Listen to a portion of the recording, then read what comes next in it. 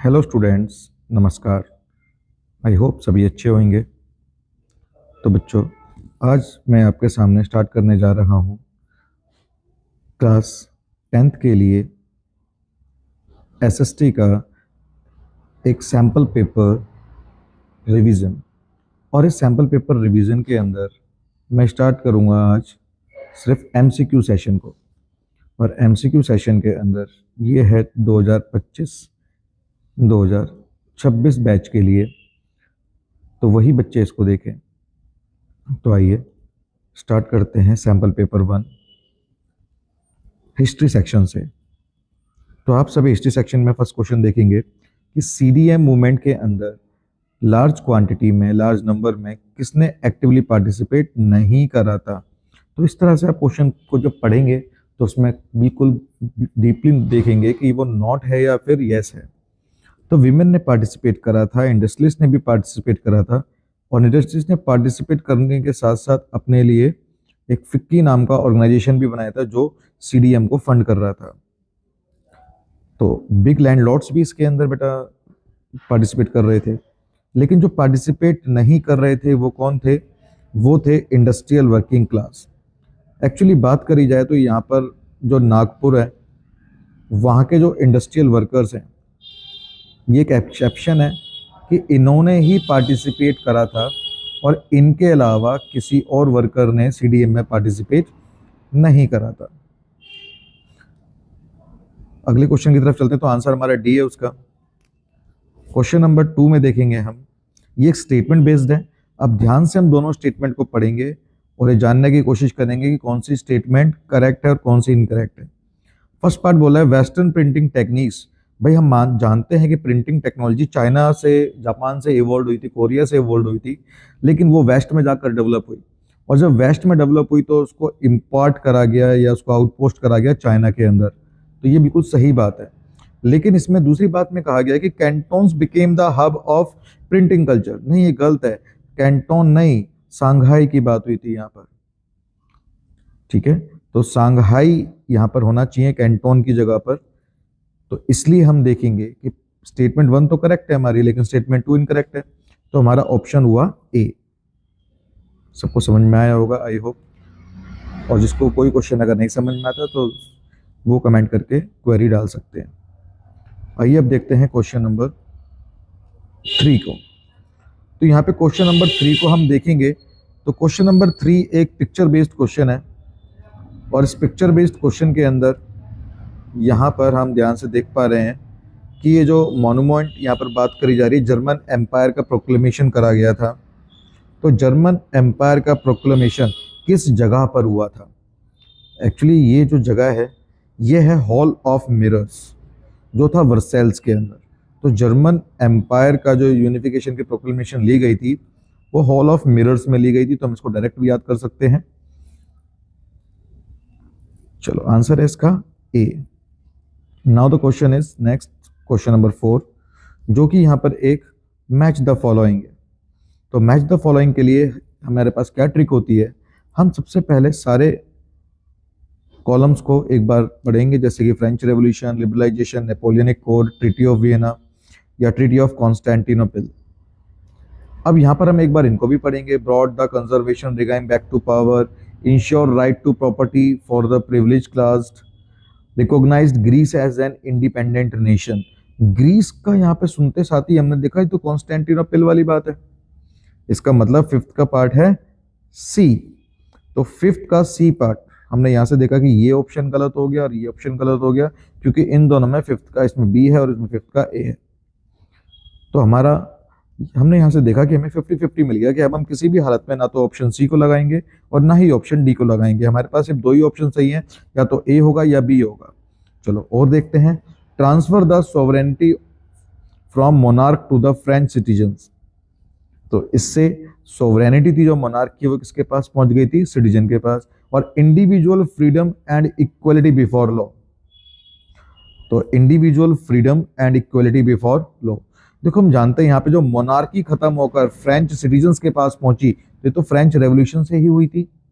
इसका मतलब फर्स्ट का है डी। अब फर्स्ट का डी हमारे ए ऑप्शन में भी है, बी ऑप्शन में भी है।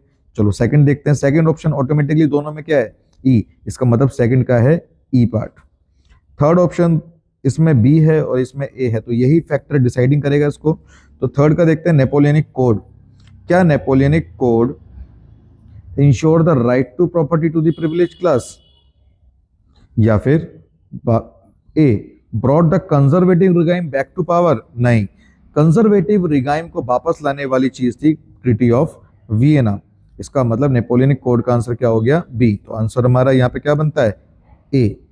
तो हमने जो सबसे पहले दो ऑप्शन इसमें एलिमिनेट करे, इसको बोलते हैं हम एलिमिनेशन मेथड।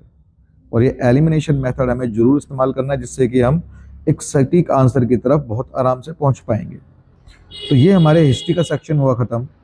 अब हम चलते हैं आगे अपने ज्योग्राफी के सेक्शन की तरफ, और यहाँ के क्वेश्चन करेंगे हम। ये है सेक्शन बी, और इस बी सेक्शन के अंदर हम स्टार्ट करते हैं, जैसे कि identify the appropriate option in the empty box. तो यहाँ पर कुछ एम्प्टी बॉक्स है, हमें एम्प्टी बॉक्स का आंसर देखना है। पहला बोल रहा है यहाँ पे गुल और कुल, तो यहाँ पर सीक्वेंस फ्लो इधर की तरफ है, ध्यान से देखेंगे तो पहला नीचे वेस्टर्न हिमालय, तो वेस्टर्न हिमालय यहाँ पर लिखा हुआ है गुल कुल, सॉरी यहाँ पे फ्लो इस तरफ नहीं बेटा, फ्लो नीचे ही है। तो गुल कुल कहाँ पर इस्तेमाल होता है? वेस्टर्न हिमालय के अंदर। तो राजस्थान के अंदर कौन सा इस्तेमाल होता है और बंगाल के अंदर कौन सा इस्तेमाल होता है? तो बेटा बंगाल फ्लड रीजन के अंदर हम जानते हैं जो इस्तेमाल होता है वो इनुडेशन चैनल्स होते हैं, इनुडेशन चैनल्स। तो ये रहा इनुडेशन चैनल्स। और राजस्थान के अंदर इस्तेमाल होते हैं टैंकाज, टैंकाज। तो यहां से हमें देखने को मिलता है कि आंसर हमारा सी है। चलो अब चलते हैं सेकंड क्वेश्चन को देखते हैं, 11th question. Which of the following city has emerged as an electronic capital of India? अगर बात करी जाए इलेक्ट्रॉनिक कैपिटल की तो वो बहुत ही ज़्यादा फेमस है, which is Bengaluru, which is in Karnataka. ये कर्नाटका की कैपिटल भी है। आइए आगे चलते हैं नेक्स्ट क्वेश्चन की तरफ। क्वेश्चन नंबर 12, ये बोला है M gave his friend clues about a type of soil. ये जो सूट करती है कॉटन उगाने के लिए। भाई कॉटन से हमें पता है कि कॉटन वाइट है, तो मिट्टी कौन सी चाहिए इसको? ब्लैक। वाइट कॉटन, मिट्टी ब्लैक, ठीक है। होल्ड मॉइस्चर, भाई मॉइस्चर होल्ड करती है ब्लैक सॉइल, बिल्कुल सही बात है।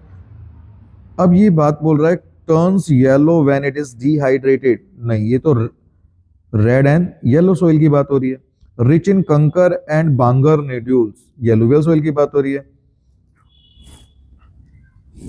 और वेल ड्रेन्ड लोमी सॉइल, ये भी एलुवियल सॉइल की ही बात हो रही है। तो इसका मतलब इसमें तीनों ऑप्शन गलत हैं। आंसर क्या है इसके लिए? फर्स्ट। तो ऑप्शन इज 1। ध्यान रखना बच्चों, कॉटन वाइट, मिट्टी ब्लैक। तो ये बड़ा ही आसान टॉपिक था इसका। अगला देखेंगे 13th question.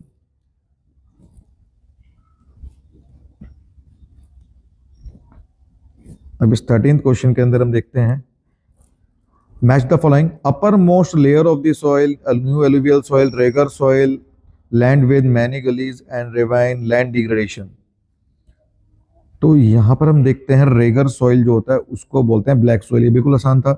Upper most layer of soil को टॉप सॉइल बोलते हैं। न्यू एलुवियल को क्या बोलते हैं? खादर। क्या इतना काफी रहेगा? फर्स्ट का बी, तो फर्स्ट का बी ऑप्शन है फर्स्ट और ए और बी में, तो सी और डी बिल्कुल खत्म हो गए। सेकंड का डी और सेकंड का ई, सेकंड ही डिसाइड कर देगा। तो एलुवियल सॉइल का आंसर क्या है हमारा? डी। तो सेकंड का डी ऑप्शन क्या है हमारा इसमें? 13 का ए।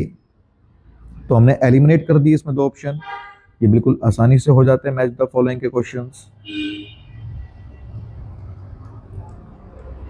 अब हम देखेंगे क्वेश्चन नंबर 14 को, which is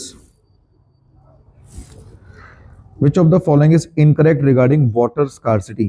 तो water scarcity के रेफरेंस में कौन सी स्टेटमेंट इसमें गलत है? इनकरेक्ट है। तो हम हाईलाइट कर लेंगे करेक्ट या इनकरेक्ट, जो भी पूछा गया होता है। The availability of water resource varies over space and time. भाई ये बात तो बिल्कुल ठीक है। भाई पानी जो है उसकी अवेलेबिलिटी स्पेस और टाइम पे डिपेंड करती है कि कब है कब नहीं, या फिर किस जगह पर है किस जगह पर नहीं। Availability of water resource varies mainly due to the variation in seasons. बिल्कुल सही बात है, कुछ जगहों पे किसी सीजन में पानी होता है जबकि किसी जगह पर किसी सीजन में पानी नहीं भी हो सकता है। एन एरिया और रीजन विच में have equal ample water resource does not face water scarcity. भाई कोई एरिया है जहां पर एम्पल वाटर रिसोर्स मतलब पर्याप्त पानी है, लेकिन क्या वहां पर कोई वाटर स्कार्सिटी नहीं होगी? बिल्कुल हो सकती है। मान लो कोई एरिया है हमारे पास, मान लो दिल्ली है, और दिल्ली के पास एक रिवर है जिसका नाम है यमुना, और यमुना को हम डायरेक्ट यूज कर सकते हैं क्या? नहीं, हमारे पास एम्पल वाटर सप्लाई है यमुना की, लेकिन ये पॉल्यूटेड है, और पॉल्यूटेड होने की वजह से हम इसे इस्तेमाल नहीं कर पा रहे हैं। तो ये ऑप्शन हमारा इसके अंदर गलत हुआ, तो ये आंसर हो सकता है। लेकिन अभी फोर्थ भी पढ़ेंगे। Water scarcity is most case caused by over exploitation, excessive use, unequal access. बिल्कुल सही बात है, वाटर स्कार्सिटी का कॉज यही होता है। अब हम देखेंगे क्वेश्चन नंबर 15 को। विच of the following is not a characteristics of intensive subsistence farming. देखो बेटा, इंटेंसिव सब्सिस्टेंस फार्मिंग का मतलब होता है, इसको हम प्रिमिटिव सब्सिस्टेंस फार्मिंग भी कहते हैं कई बार, या फिर सब्सिस्टेंस फार्मिंग मतलब होता है अपने और अपने फैमिली के लिए खेती करना, अपनी और अपने फैमिली के लिए खेती करना। अब इसमें से कौन सा कैरेक्टरिस्टिक्स नहीं है? पहला देखो, this is practice on area of high population. बिल्कुल सही बात है, जिस किसान की फैमिली पॉपुलेशन ज्यादा होती है वहां पर इसको इस्तेमाल कर लेते हैं। ये लेबर इंटेंसिव फार्मिंग को प्रमोट करता है। बिल्कुल सही, यहाँ पे लेबर से काम करा जाता है क्योंकि अपने अपने पालन पोषण के लिए है, कमर्शियल नहीं। यूज ऑफ बायोकेमिकल इनपुट्स, इसमें बायोकेमिकल इनपुट्स का इस्तेमाल करते हैं, बिल्कुल सही बात। It is an example of commercial farming, ये कमर्शियल फार्मिंग का एग्जाम्पल है, बिल्कुल गलत। तो हमारा यहाँ पर जो आंसर आया वो आंसर आया डी। अब चलते हैं हम नेक्स्ट क्वेश्चन की तरफ, जो होगा हमारा क्वेश्चन नंबर 20।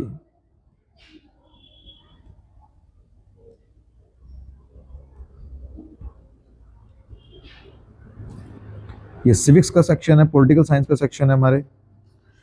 तो क्वेश्चन देखते हैं पहला। Who said religion can never be separate from politics. तो ये बात किसने कही थी कि हम रिलीजन को पॉलिटिक्स से सेपरेट नहीं कर सकते? ये मिस्टर गांधी ने कही थी, मोहनदास करमचंद गांधी ने। इन्होंने ये नहीं कहा था कि धर्म को पॉलिटिक्स में ले आओ, इन्होंने ये कहा कि रिलीजन के जो एथिक्स हैं उन एथिक्स के बेस पर पॉलिटिक्स करो, कि उसमें जो अच्छी बातें कही हैं उसके बेसिस पर पॉलिटिक्स करनी चाहिए। तो answer is Mahatma Gandhi.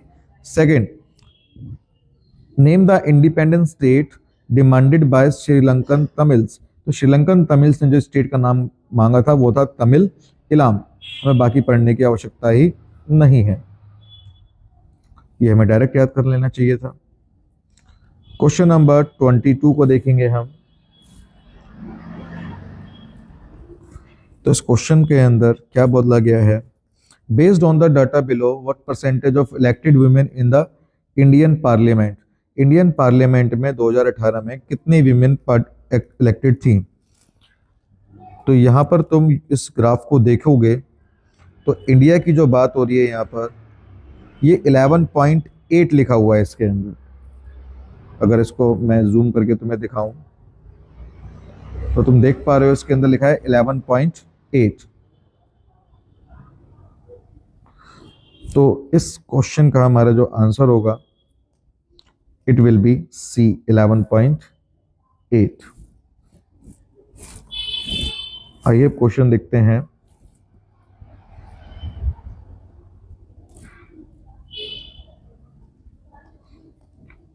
Next question हमारे पास रहेगा 23 एक एजर्शन रीजन है, और एजर्शन रीजन के लिए हमें दोनों पढ़ने पड़ेंगे। In a democracy some delays in decision making bound to take place. भाई क्या ये बात सही है कि डेमोक्रेसी में डिसीजन मेकिंग डिले होती है? बिल्कुल सही बात है। डिसीजन क्योंकि इसके अंदर बहुत सारे लेवल पर डिस्कस करके लिया जाता है। Non democratic rulers can be very quick in decision making.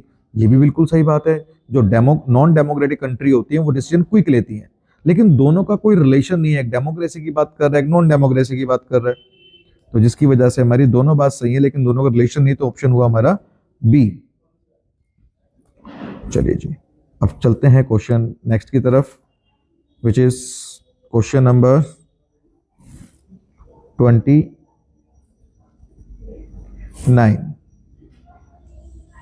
ये इकोनॉमिक्स का सेक्शन है। अब यहां पर तुम 29 में देखोगे क्वेश्चन क्या बोला जा रहा है, identify the country that most probably a well developed health care system but lesser education than India. तो इंडिया की जो एजुकेशन है या इंडिया की जो भी चीज़ है इसके अंदर वो किससे डिपेंड होती है, HDI से। तो well developed health care system है उसका, लेकिन इंडिया से क्या कम है उसका, एजुकेशन। तो यहाँ हम देखेंगे श्रीलंका का तो हमसे ज़्यादा है, और यहाँ पर कम किसकी बात हो रही है, यहाँ पर तुम देखोगे नेपाल की बात कम हो रही है। तो आंसर विल बी नेपाल, क्योंकि यहाँ पर इनकम ज़्यादा है। तो स्कूलिंग की यहाँ पर बात आ रही है, तो स्कूलिंग क्या हो गई यहाँ पर, डी पार्ट हमारा। तो इंडिया का है 6.5, इंडिया से कम किसका है, नेपाल का। लेकिन नेपाल का जो HDI है वो 146 है, तो इंडिया से ज़्यादा ही है। चलते हैं नेक्स्ट क्वेश्चन की तरफ। Question number 30। क्वेश्चन नंबर 30 को देखेंगे तो यहाँ पर पूछा गया है interest rate, collateral, documentation required, इन सबको क्या कहा जाता है। तो बेटा इनको डायरेक्ट कर सकते हैं, हमें क्वेश्चन पढ़ने की जरूरत भी नहीं पड़ेगी। टर्म्स ऑफ क्रेडिट बोलते हैं इनको।